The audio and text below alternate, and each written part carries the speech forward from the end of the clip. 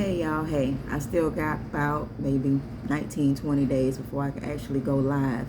But I was having a conversation yesterday, which I've been having for a cute few months with myself, um, going over something simple. So this discussion is going to be kind of fun. We're going to talk about one of my favorite movies, The Color Purple.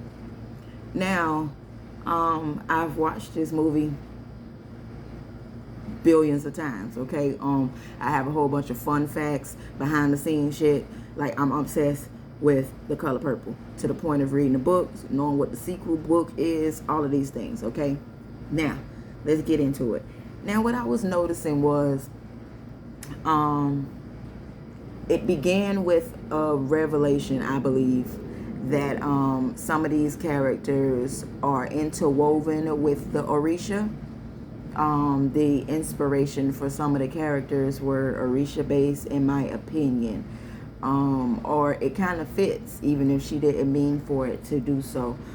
It initially started with me realizing or believing that the character of Shug Avery is a depiction of Oya. Shug Avery came into the movie during a storm. It was highly known that she had a lot of children. Oya is known as the mother of 9.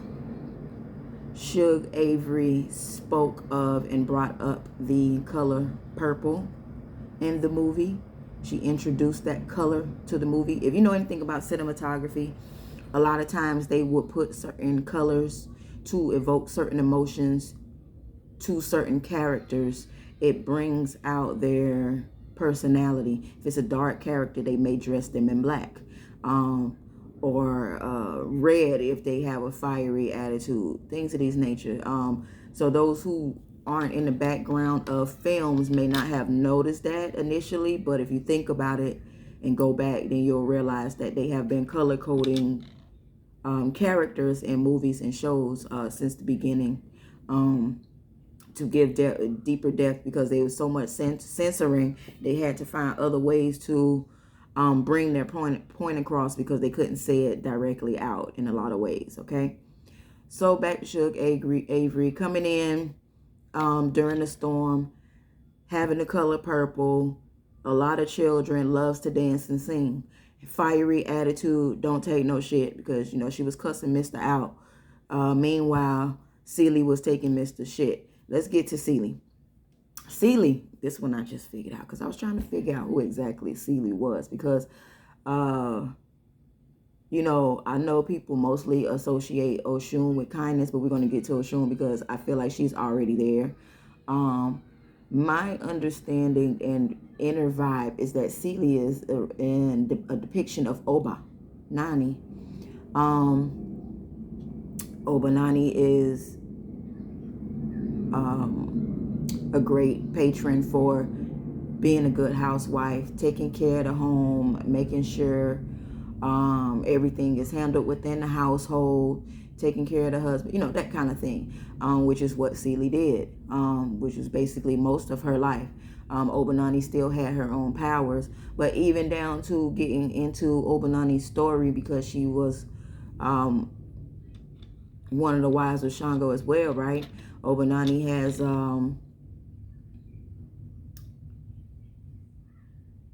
she has her own powers within herself, but being one of the wives of Shango, she was noticing that she wasn't getting as much attention as the other wives were, and she wanted more of his attention, which, Celie didn't necessarily want Mister's attention, but she would have liked him to be kinder, which you notice that that's the role that Shug came in to offer. When Shug was around, Celie received more kindness from Mister. So, it would be fair to assume that from time to time, Shug would give her some pointers on how to handle and deal with him to some degree. That being said, that kind of correlates with how Oya, although Oya was had tricked Obanani, because Obanani was trying to get advice from Oya to get more favor with Shango, but Oya was not with that, which was how Suge was. If you think about it, Suge came in and was disrespecting Celie from the beginning. It wasn't until later on that she began to be nice to her because she was jealous of Celie because Mr. would not marry her because his dad wouldn't let her. Like, a lot of people don't know that backdrop. His father would not allow it because it would have shamed their family because they had money and Suge was just this Jezebel running around town. So no, you can't marry her. You're going to go get this type of girl. And that was his problem with Celie and why he was always, because he really loved Suge. But he was too much of a punk to marry her. Okay, so all of that being said, you know, of course, Celie would see the difference in how she was treated compared to how he treated Suge. So, you know, I would say Celie correlates to Obanani. Now, this gets me to Oshun, which I think is Nettie. Now, Oshun would be the one of the younger Orishas as far as the women go as well. Okay, so Nettie was the younger sister.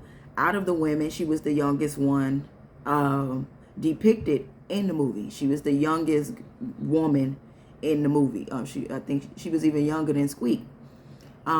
Yeah, I read the book telling you I know a bunch about this movie, right? So anyway, so Nettie comes in with golds and yellows is shown in her clothing.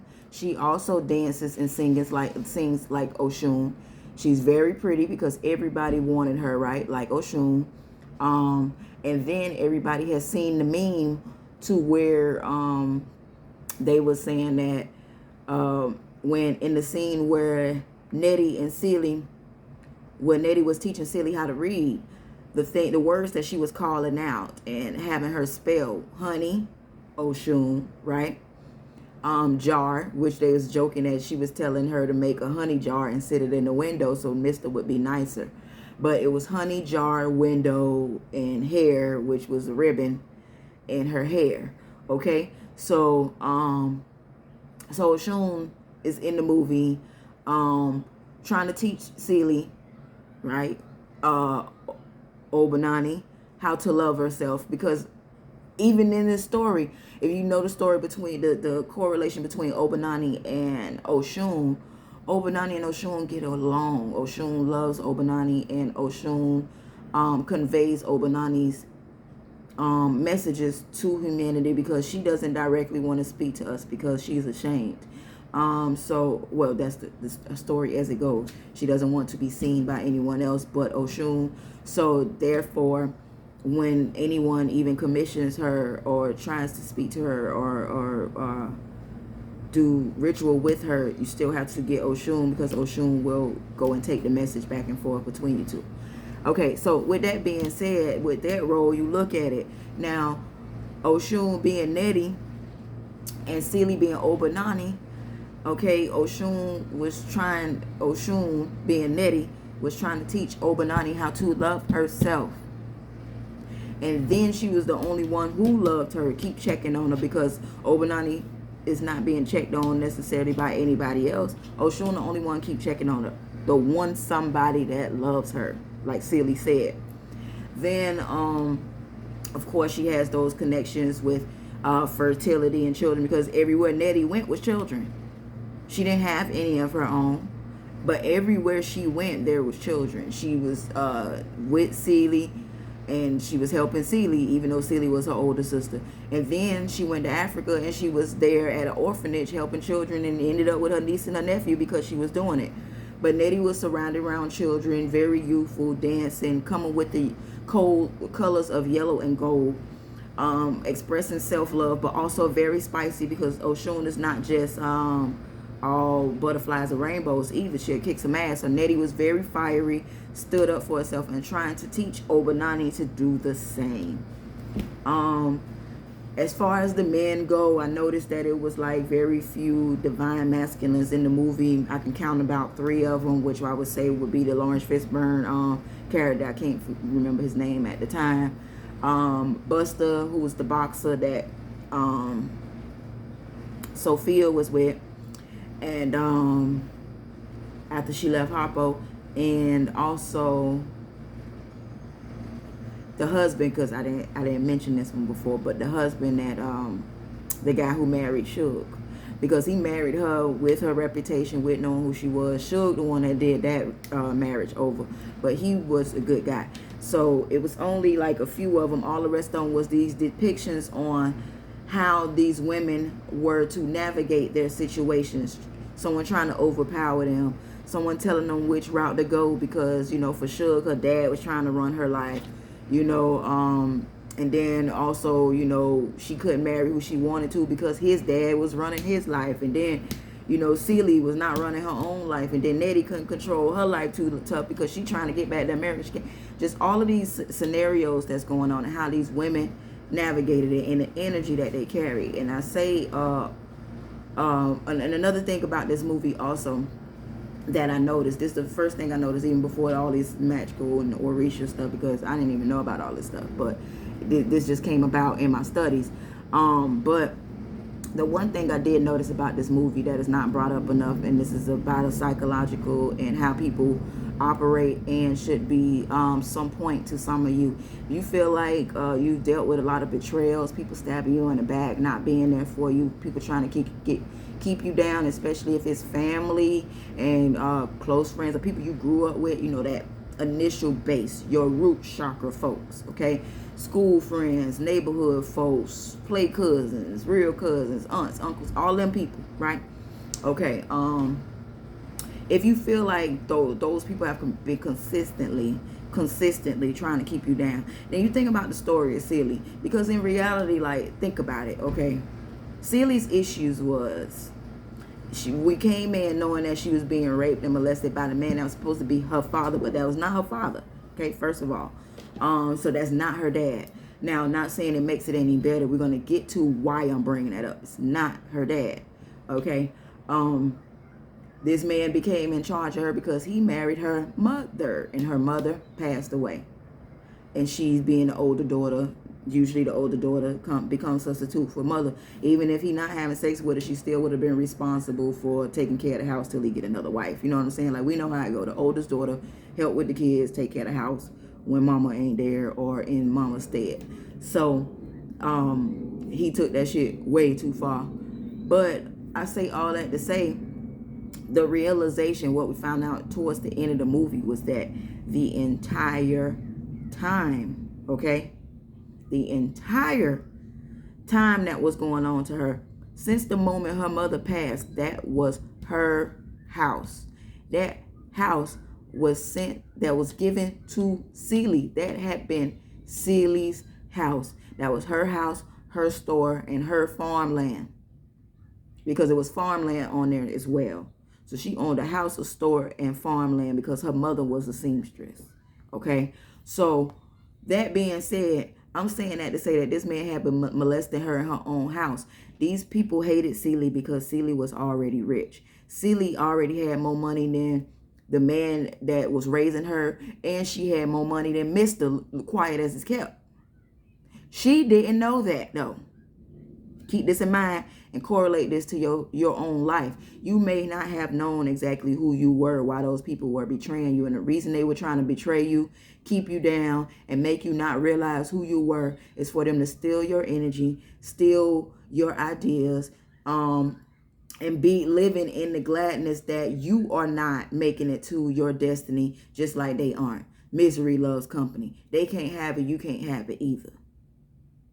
So keep that in mind. Like, this girl ain't have to go through none of that, because technically she owned that home. She could have kicked that man out, but she didn't know that.